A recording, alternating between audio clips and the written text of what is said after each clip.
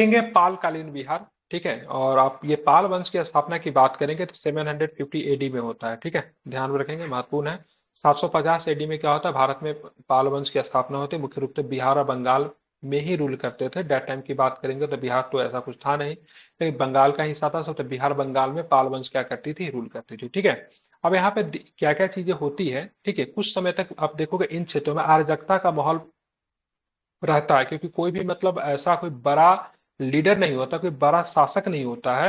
और इसी क्रम में कुछ लोग जो होते हैं गोपाल से जाके मिलते हैं, उनको प्रशासन संभालने की जिम्मेवारी सौंपी जाती है। तो गोपाल का कोई बैकग्राउंड ऐसा नहीं था, इनके पिताजी शासक रहे पिताजी थे, शासक रहे थे तो एक आम तो ये एक आम व्यक्ति था, लेकिन बाई कंडीशन मतलब ये शासक बनता है। ठीक है, तो 8वीं शताब्दी के मध्य में अरबों के आक्रमण के उपरांत भारतीय प्रायद्वीप के अंतर्गत तीन महत्वपूर्ण शक्तियां प्रकाश में आई। ठीक है, गुजरात एवं राजपूताना के गुर्जर प्रतिहार, ठीक है, जिनको बोलते हैं गुर्जर प्रतिहार, दक्कन के राष्ट्रकूट और बिहार बंगाल के पाल शासक। अब तीनों का नाम इसलिए मैंने लिया क्योंकि तीनों आपस में लड़ेंगे, जिनको बोलते हैं ट्राइपले, जिसको त्रिपक्षीय संघर्ष बोलते हैं। ठीक है, जो कि मतलब किसको लेकर होगा, कन्नौज को लेकर होगा। ठीक है, ये सब आपस में लड़ेंगे। कौन को लड़ेंगे, तो गुर्जर प्रतिहार भी लड़ेंगे, राष्ट्रकूट भी लड़ेंगे।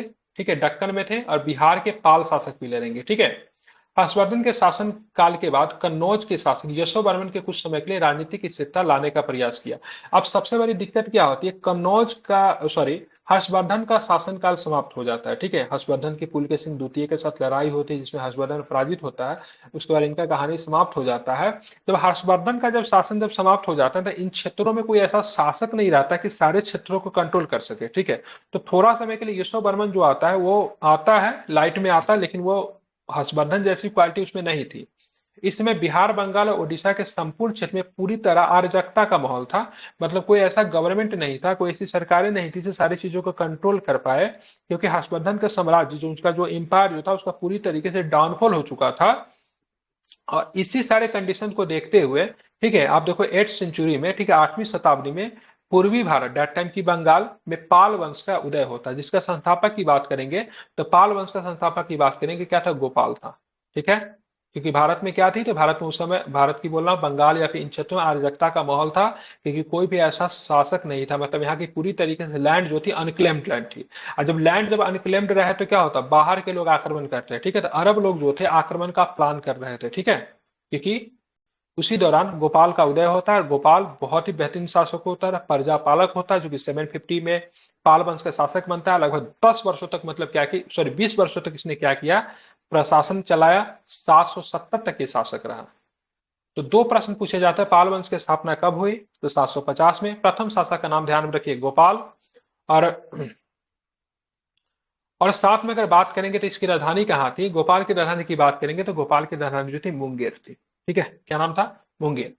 गोपाल की बात की किस धर्म का अनुयायी था, तो बौद्ध धर्म का अनुयायी था। ठीक है, हालांकि इनके समय में हिंदू सनातन धर्म को भी ऐसा नहीं से मतलब धर्मांध शासक था, जो कि किसी एक धर्म को अधिक महत्व दिया, दूसरे धर्म के प्रति इनकी नीति खराब नहीं थी, लेकिन मुख्य रूप से बौद्ध धर्म का अनुयायी था। इसलिए बौद्ध विहारों को विशेष रूप से संरक्षण दिया, चाहे ये हो या अन्य आगे के भी शासकों, सबके सब जो बौद्ध विहार जो थे, बिहार जहाँ पे बौद्ध लोग रहते थे उनको बिहार कहते थे। स्तूपा जहाँ पे उनका अवशेष होता था, फिर पूजा करते थे, उनको स्तूपा कहते थे। ठीक है, 20 वर्षों के शासनकाल के दौरान गोपाल ने उदंतपुरी बिहार शरीफ में एक मठ तथा विश्वविद्यालय का निर्माण करवाया। तो ये भी पूछा जाता है, बता उदंतपुरी विश्वविद्यालय का निर्माण किसने करवाया, तो क्या बताएंगे, गोपाल ने करवाया। ठीक है, उदंतपुरी विश्वविद्यालय का एक विद्यार्थी था, टॉपर था, जिनका नाम था अतीश दीपंकर। ठीक है, ये नाम काफी इंपॉर्टेंट है, अतीश दीपंकर श्रीज्ञान, जो बाद में विक्रमशिला विश्वविद्यालय का प्रधान आचार्य बन गया। ठीक है, तो ये उदंतपुरी विश्वविद्यालय का छात्र था, जो कि आगे चल के विक्रमशिला विश्वविद्यालय का, ठीक है, प्रिंसिपल साहब बन गए। ठीक है, क्या नाम था, अतीश दीपंकर श्रीज्ञान। ठीक है, किस विद्यालय का, किस यूनिवर्सिटी का छात्र था, तो उदंतपुरी। ठीक है, किसका मतलब प्रधानाचार्य बन गया, तो विक्रमशिला का। ठीक है, नाम काफी महत्वपूर्ण है, अतीश दीपंकर श्रीज्ञान, प्रश्न पूछा हुआ है, इसलिए हाईलाइट कर रहा हूं, इसको आपको ध्यान में रखना है। बाद में गोपाल का पुत्र शासक बनेगा, जिसका नाम था धर्मपाल, और ये लगभग ध्यान में रखेंगे। ठीक है, 770 में शासक बनता है, और पिता ने शासन किया था 20 वर्ष, और इसने शासन किया अपने पिता से भी दुगुना, 40 वर्षों तक इनका प्रशासन होता है। 770 से लेकर 810 तक का लॉन्गेस्ट सर्विंग किंग होते हैं इसका। ठीक है, गोपाल के बाद उसका पुत्र धर्मपाल शासक बना। इसने लगभग 40 वर्षों तक मतलब क्या किया, धर्मपाल ने शासन किया। ठीक है, और धर्मपाल पाल वंश का पहला शासक था, ध्यान में रखिएगा, ये पहला शासक था। यही प्रश्न यहाँ से पूछ देगा कि बताओ पाल वंश का पहला शासक का नाम बताइए जो कि त्रिपक्षीय संघर्ष, ठीक है, जिसको ट्रिपलेट स्ट्रगल भी कहते हैं, उसमें इसने पार्टिसिपेट किया था। और ये प्रश्न पूछेगा पहला कौन पार्टिसिपेट किया था, धर्मपाल ने किया था। ठीक है, और ये किस स्थान को लेकर त्रिपक्षीय संघर्ष था, तो ध्यान रखें किसको लेकर, कन्नौज को लेकर। कनौज को लेकर क्या, कनौज किसकी राजधानी हुआ करती थी, हर्ष की राजधानी हुआ करती थी। ठीक है, तो हर्ष की जो राजधानी जो थी कनौज, जो कि हर्षवर्धन के डाउनफॉल के बाद कनौज मतलब क्या होगा बेचारा, क्या बोलते हैं उसको यार, ऑर्फेन टाइप का हो गया था, मतलब कोशिश को प्रशासन संभालने वाला नहीं था। तो जबकि तीन शक्ति जो थी कनौज को जीतने के लिए कोशिश करती है, एक था पाल, एक गुर्जर प्रतिहार, और तीसरा कौन था, राष्ट्रकूट। अब बोलोगे सर कनौज को जीतने के लिए सबने कोशिश की लेकिन आखिरी रूप से सफलता किसको मिली, तो ध्यान रखिएगा गुर्जर प्रतिहारों को आखिरी रूप से सफलता मिली। ठीक है, ध्यान रखिए आखिरी रूप से गुर्जर प्रतिहार के पास कनौज गया। ठीक है, धर्मपाल की बात करें, ये भी बौद्ध धर्म को मानने वाला था। इसने गंगा नदी के दाहिने तट पर भागलपुर जिले के अचिंतक में अवस्थित विक्रमशिला विश्वविद्यालय का निर्माण करवाया। ठीक है, तो पिताजी ने निर्माण करवाया उदंतपुर विश्वविद्यालय का और पुत्र ने निर्माण करवाया विक्रमशिला विश्वविद्यालय का। ठीक है, और पिताजी के विश्वविद्यालय का जो निर्माण करा वहीं का एक छात्र हुआ करते आतिश दिवंकर साहब, वो आगे चल के विक्रमशिला विश्वविद्यालय के मतलब क्या बन गए, प्रचार बन गए। ठीक है, तो विक्रमशिला विश्वविद्यालय का निर्माण तो इन्होंने करवाया, लेकिन नालंदा महाविहार का निर्माण तो पहले हो चुका था, क्योंकि नालंदा महाविहार का निर्माण गुप्ता पीरियड में हुआ था, जो कि पाल से पहले का है। ठीक है, तो जाहिर सी बात ये भी बौद्ध धर्म को मतलब क्या करता था, सपोर्ट करता था, इसीलिए 200 गांव दान में स्वरूप में दिए। तो ये भी पूछा जाता है, तो बताओ नालंदा विश्वविद्यालय को 200 गांव दान स्वरूप किसने दिए, तो किसने दिए, धर्मपाल ने दिए। मतलब 200 गांव से जो इनकम जो आती थी, तो वही नालंदा महाविहार का मतलब क्या चलता था, उनका प्रशासन चलता था। एक ऐसा महाविहार महाविहार था जिसकी अपनी करेंसी तक होती थी। ठीक है, समझ रहे हैं ना, इनकी अपनी करेंसी तक होती थी। तो इसका स्थापना किसने किया, नालंदा विश्वविद्यालय का, कुमार गुप्त ने। नालंदा, बिल्कुल कुमार गुप्त है। ठीक है, तो नालंदा, ध्यान रखें विश्वविद्यालय का कुमार गुप्त गुप्ता कालीन था। और नालंदा महाविहार को 200 गांव किसने ध्यान दिए, तो धर्मपाल ने दिए। ठीक है, धर्मपाल ने किस विश्वविद्यालय की स्थापना की, तो विक्रमशिला। विक्रमशिला विश्वविद्यालय वर्तमान स्वरूप में कहाँ पे है, भागलपुर में। इस विश्वविद्यालय के नाम से अभी भी विश्वविद्यालय भागलपुर में। ठीक है, भागलपुर में विश्वविद्यालय का नाम विक्रमशिला ही है। ठीक है, नंदा विश्वविद्यालय के बाद उदंतपुरी दूसरा आवासीय विश्वविद्यालय वाला महाविद्यालय था। नालंदा तो पहले था, गुप्ता पीरियड में ही था। उदंतपुरी वाला जो उदंतपुरी विश्वविद्यालय जो था दूसरा आवासीय विश्वविद्यालय डेट टाइम, मतलब यहाँ पे जो लोग रहते थे, ठीक है, वो यहाँ पे रहते भी थे और साथ में पढ़ाई भी करते थे, हॉस्टल समझ लीजिए। ठीक है, नालंदा विश्वविद्यालय जहां राजकीय प्रभुत्व से मुक्त थी, वही विक्रमशिला विश्वविद्यालय का मुख्य अधिकारी राजा होता। ठीक है, नालंदा विश्वविद्यालय पे किसी प्रकार का राजा का मतलब वर्चस्व नहीं था, इसलिए मैंने बोला से इनका अपना एक करेंसी तक चलता था। ठीक है, अब मान लीजिए किसी देश में रहते हुए आप बोलोगे से नहीं हम अपना करेंसी चलाएंगे, ऐसा तो नहीं कर सकते ना, क्योंकि आपके ऊपर क्या है, एक आपके ऊपर क्या है, गवर्नमेंट है, प्रशासन है। ठीक है, लेकिन नालंदा विश्वविद्यालय के राजकीय प्रभुत्व से मुक्त था, मतलब राजा के कंट्रोल से बाहर था, ये अपना करेंसी तक चलाती थी। और विक्रमशिला विश्वविद्यालय की बात करें, इनको जो पूरा फंड जो होता था राजा देता था। इसका मुख्य अधिकारी कौन होता था, चांसलर टाइप का समझ लीजिए, राजा ही होता था। इसके कारण विक्रमशिला का कार्य राज्य देश से संचालित होता था, मतलब राजा का जो आदेश होता था, जो ऑर्डर होता था, उसी के आधार पर विक्रमशिला विश्वविद्यालय के कार्य संचालित होता था। मतलब विक्रमशिला विश्वविद्यालय को स्टेट स्पॉन्सर कह लीजिए, फिर राजकीय विश्वविद्यालय कहा जाता था। जबकि नालंदा विश्वविद्यालय क्या था, ये फ्री था। ठीक है, ये राजकीय मतलब इनको फंड वगैरह मिलता था, लेकिन स्टेट रूल नहीं था। जबकि ये जो विक्रमशिला जो था क्या था, स्टेट रूल था। ठीक है, अब आते हैं धर्मपाल को क्या बोलते थे, परम सौगात कहते थे। ठीक है, क्या बोलते थे, इनका एक उपनाम था, परम सौगात भी कहते थे। इसकी राज्यसभा के प्रसिद्ध बौद्ध लेखक कौन था, हरिभद्र था। ठीक है, तो राज्यसभा में इसके, ध्यान रखिए, इसके राज्यसभा में प्रसिद्ध बौद्ध लेखक क्या था, हरिभद्र था। गुजराती कवि सुड्डल ने धर्मपाल को उत्तरापद की स्वामी से संबोधित किया। ठीक है, धर्मपाल को क्या बोला, उत्तरापद की स्वामी। ठीक है, अब उत्तरापद किसको बोलते थे ना, तो कन्नौज को बोलते, जो व्यक्ति कन्नौज पे अधिकार कर लेगा उसको बोलेंगे उत्तरापद। ठीक है, क्योंकि कन्नौज जो था ना एक जंक्शन पे था। ठीक है, मतलब ज्वाइंट करने के काम करता था, तो कन्नौज को क्या बोलते थे, उत्तरापद बोलते थे। तो धर्मपाल को सोड्डल ने, जो कि गुजराती कवि था, उनको उत्तरापद का स्वामी बता दिया था। ठीक है, कन्नौज को जीत भी लिया था कुछ समय के लिए धर्मपाल ने। अब आते दूसरा शासक की बात करेंगे, धर्मपाल। सॉरी क्या नाम है, देवपाल, ठीक है। देवपाल की बात करेंगे तो ये भी लगभग 40 वर्षों तक शासक रहा, ठीक है। मतलब सिंपल शब्दों में बात करें तो पाल शासक जो भी शुरुआती शासक होते हैं उनका प्रशासन बहुत ही स्टेबल होता है, इसलिए काफी लंबे लंबे समय तक रूल करेंगे। कहीं पर भी आप ऐसा कोई शासक नहीं जो कोई 40 साल 50 साल तक शासन कर रहा है, ठीक है। हाँ कुछ तो है, लेकिन ज्यादातर वंश में नहीं मिलेगा। लेकिन पाला के साथ ऐसे नहीं था, मतलब जो भी शासक जो हुए वो काफी स्टेबल हुआ करते थे, ठीक है। इसने मुंगेर क्योंकि प्रजा के हित में काम करते थे, बहुत बेहतरीन शासक हुए पाल के साथ, ठीक है। इस वंश के बारे में पढ़ेंगे तो कहीं पे भी आपको ऐसा नहीं लगेगा सो कोई अत्याचारी शासक हुआ या फिर जो कि बहुत ही सभी धर्मों से नफरत करने वाला हुआ, ऐसा कुछ नहीं था। सबके सब बहुत ही मतलब कल्याणकारी शासक हुए थे। इसने मुंगेर को अपने साम्राज्य की राजधानी बनाया। देवपाल ने विस्तारवादी का नीति का पालन करते हुए, मतलब इसने एक्सपेंशन के जो जो उनका जो था एक्सपेंड करने के लिए इसने प्रयाग ज्योतिषपुर असम को बोलते हैं, ठीक है। इसे कामरूप प्रदेश कहते थे या फिर असम कहते थे। असम को उत्तर में नेपाल और पूर्वी सागर तट पर ओडिशा तक अपनी सत्ता का विस्तार किया, ठीक है। और इसके बारे में जो जानकारी जो मिलता है कि विदेशी अरब यात्री जिनका नाम है सुलेमान, तो सुलेमान जो है देवपाल के बारे में क्या होता है जानकारी देता है, ठीक है। उदंतपुरी बिहार शरीफ, विद्वानों के अनुसार उदंतपुरी बिहार शरीफ के प्रसिद्ध बौद्ध मठ का निर्माण करवाया था किसने, देवपाल। और देवपाल से एक प्रश्न पूछा जाता है, जावा का नाम आपको ध्यान रखें, जावा जिसको इंडोनेशिया भी कहते हैं, वहां का एक शासक था जिनका नाम था बालपुत्र देव, जो कि कई बार बीपीएससी ने प्रश्न पूछा है।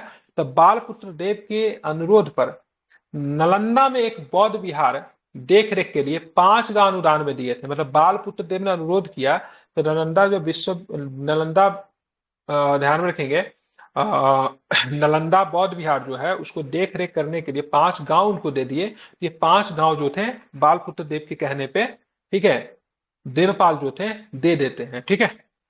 ध्यान में रखिएगा, इंपॉर्टेंट है। 5 का अनुदान में दिए। देवपाल भी बौद्ध धर्मावलंबी था तथा उनके लेखों को क्या बोलते थे, उनके लेखों में उसे परम सौगत कहते थे, ठीक है। तो प्रश्न यही पूछा जाता है, बालपुत्र देव से ही प्रश्न पूछा है देवपाल के संदर्भ में। बालपुत्र देव से प्रश्न पूछा हुआ है, जावा का उस शासक का नाम बताइए, ठीक है, जिसने मतलब देवपाल से अनुरोध किया था नालंदा बौद्ध विहार को 5 गांव अनुदान में दे दो, तो उनका नाम था बालपुत्र देव, ठीक है। फिर बालपुत्र देव ने किस पाल शासक अनुरोध किया था, तो देवपाल से किया था। देवपाल की राजधानी किसने थी, कहाँ पे थी, तो मुंगेर थी, ठीक है। किस पाल शासक के समय एक्सपेंशन बहुत बड़े पैमाने पे हुआ, तो देवपाल के समय। कहाँ कहाँ पे हुआ, तो असम हो गया, नेपाल हो गया, उड़ीसा तक इसने अपने सत्ता को मतलब क्या की थी, बढ़ा ली थी, ठीक है। देवपाल के संदर्भ में कौन सा विदेशी यात्री जानकारी देता था, उसका नाम क्या था, सुलेमान था, ठीक है। आप बीच में आप देखोगे ना तो बहुत सारे ऐसे शासक, लेकिन एक प्रमुख शासक जो था जिसके समय में आप देखोगे तो पाल डायनेस्टी डाउनफॉल की तरफ चला जाता है, जिसका नाम था महिपाल प्रथम। देवपाल के बाद पाल वंश का पतन शुरू हो गया। इसके पास 1988 में महिपाल शासक हुआ, जिसे पाल वंश का द्वितीय संस्थापक माना जाता है, क्योंकि इसने मतलब बहुत हद तक पाल वंश को बचाने की कोशिश की थी। इनका नाम क्या था, महिपाल प्रथम, ठीक है। पाल शासकों के समय शांत रखी तो आतिश दीपंकर नामक बौद्ध विद्वानों ने तिब्बत की यात्रा की थी। आतिश दीपंकर के बारे में हम लोग क्या पढ़ रहे थे, किस विद्यालय का एक छात्र था ये, ओदंतपुरी का ये छात्र था, ठीक है, ध्यान में रखेंगे, ठीक है। ओदंतपुरी का ये छात्र था और कहाँ का प्रिंसिपल बन गया था, विक्रमशिला का प्रिंसिपल बन गया था, ठीक है। तो ध्यान में रखिएगा, शांत रखी तो आतिश दीपंकर को कहाँ भेजा गया था, तिब्बत गया था, ठीक है। ये दोनों के दोनों कहाँ गए थे, तिब्बत गए थे। जब तिब्बत गए तो तिब्बत में इन्होंने बौद्ध धर्म की प्रचार की थी, ठीक है। तो कभी भी आपसे पूछे चाइना में बौद्ध धर्म कैसे गया, तो चाइना में बौद्ध धर्म भारत से गया, ठीक है। और फिर चाइना से बौद्ध धर्म कहाँ चला गया, जापान में चला गया, ठीक है। तो ऐसे मतलब बौद्ध धर्म का क्या होता है, खूब प्रचार होता है। हालांकि अशोका के समय से प्रचार शुरू हो गया था, लेकिन इस समय भी मतलब जो भारत से जो बौद्ध विद्वान गए उन्होंने भी बौद्ध धर्म का प्रचार किया था। तो तिब्बत आप जाओगे ना, चाइना में एक दो जगह ऐसा है जहां पर अतीश दिवंकर शांत अक्षी जी की मूर्ति तक आपको मिलेगी, ठीक है, वहां पे बनाया हुआ है, ठीक है। हालांकि चाइना चाइना की बात करेंगे ना तो किसी धर्म को मानता नहीं है, नास्तिक देश है, ठीक है। चाइना की बात करें, नास्तिक देश है जो किसी धर्म को नहीं मानता है, ठीक है। भारत का अपना कोई धर्म नहीं है, लेकिन भारत नास्तिक देश के कैटेगरी में नहीं आता है, ठीक है। आगे चल के धर्म स्वामी नाम का तिब्बत से भारत आया, मतलब भारत से शांत तक्षी तो आतिश दीपंकर जब तिब्बत गए तो वहां से भी एक तिब्बती विद्वान जिनका नाम क्या था, धर्म स्वामी, वो भी मतलब भारत आते हैं, ठीक है। अब आपको देखोगे यहाँ पे 1023 में चोल शासक राजेंद्र चोल से युद्ध में महिपाल की बड़ी पराजय होती है, ठीक है। यही राजेंद्र चोल साहब जो है, ठीक है, जो कि मतलब गंगई कोंड की उपाधि धारण करते हैं, ठीक है। और एक अपना नया शहर बनाते जिसका नाम था गंगई कोंड चोलपुरम। गंगई कोंड, कोंड का मतलब जाओ, कोंड का मतलब होता है जीतने वाला, ठीक है, जिसने मतलब क्या किया, विजय प्राप्त किया, ठीक है। तो गंगई कोंड का मतलब हुआ गंगा को जीतने वाला, ठीक है। तो राजेंद्र प्रथम ने क्या किया था, इसने महिपाल प्रथम पे आक्रमण किया था। और डैट मीन जब महिपाल प्रथम पे आक्रमण किया था तो इसने वहां पे गंगा को जीत लिया, ठीक है। और वहां से थोड़ा सा जल लेकर आते हैं और अपने यहाँ क्या करते हैं ना, एक मतलब एक छोटा सा तालाब वगैरह में पानी डाल देते हैं और बोलते हैं साहब यही गंगा है, ठीक है, और मैंने गंगा को जीत लिया। और इन्होंने गंगाई कोंड शूलपुरम की क्या की थी, तो उपाधि धारण की थी, ठीक है। तो उसी समय से महिपाल प्रथम का डाउनफॉल होना शुरू हो जाता है। इसके बाद पाल शासक कमजोर होते गए और 1038 में महिपाल की मृत्यु के पश्चात बिहार में पाल वंश का क्या होता है, समाप्त हो गया, ठीक है। तो गंगाई कोंड चोलपुरम, ठीक है। जब मैं चोला पढ़ाऊंगा मेडिवल में तो मैं बता ही दूंगा, लेकिन मैंने कहानी को कनेक्ट कर दिया, ठीक है। इसको आपको ध्यान में रखिएगा। गंगा को जीत लिया था इन्होंने। गंगा को जीता क्या था, मतलब ये लोग किसी भी शहर को जीतते थे ना तो अपने नाम में ना कोंड लगा लेते थे, ठीक है। दया भाग के रचनाकार कौन है, जिमूत वाहन, ठीक है, जो कि बीपीएससी ने कई बार इसके संदर्भ में प्रश्न पूछा है। को पाल शासकों का संरक्षण प्राप्त था। तारानाथ ने संध्याकर नंदी द्वारा रचित रामपाल चरित के नायक रामपाल को इस वंश का अंतिम शासक माना है, ठीक है। तो तारनाथ ने संध्याकर नंदी द्वारा, ठीक है, रचित, संध्याकर नंदी ने क्या रचा था, ठीक है, रामपाल चरित। क्या नाम था, रामपाल चरित। तो इस वंश का रामपाल चरित को अंतिम शासक माना गया, ठीक है। ऐसा कौन साहब कहते हैं, तो ऐसा कहते हैं कौन, तारानाथ कहते हैं, ठीक है। तारानाथ कहाँ के विद्वान थे, तो ये तिब्बत के विद्वान थे ये तारानाथ, ठीक है। धर्म स्वामी भी तिब्बत के विद्वान थे, जो कि मतलब अतीश दीपंकर और शांत रक्षित के, ठीक है, तिब्बत जाने पर ये मतलब क्या करते हैं, तो भारत का मतलब क्या करते हैं, भ्रमण करते हैं, ठीक है। तो संक्षेप में मैंने आपको पढ़ाया पालवंश, ठीक है। आप लोग इसको पढ़ लीजिएगा, ठीक है। कल फिर से पढ़कर आना है, फिर हम लोग पढ़ेंगे जहां से बीपीएससी में प्रश्न खूब पूछे जाते हैं। बिहार के प्रमुख क्षेत्रीय वंश, जो कि बिहार में का मिथिला वंश को, मिथिला के कर्नाट वंश को बिहार का मतलब गुप्त कालीन माना जाता है, गोल्डन पीरियड माना जाता है, स्वर्ण काल माना जाता है, ठीक है। तो क्या कल के क्लास में हम लोग पढ़ेंगे मिथिला के कर्नाट वंश, ठीक है, जिसके संस्थापक नान्यदेव थे, जिन्होंने कर्नाट भूषण की उपाधि धारण की थी। इसकी राजधानी सिमरावगढ़ थी, जो कि वर्तमान में नेपाल में पड़ता है। तो सब कल के क्लास में पढ़ेंगे। तो कल हम लोग मिलते हैं, कल 9 बजे के आसपास मिलेंगे। आज तो मैगजीन को लॉन्च करना था, उसमें काफी समय चला गया, तो मुलाकात फिर कल होगी, ठीक है। शुक्रिया। कल के क्लास में आइए सभी लोग, थैंक यू।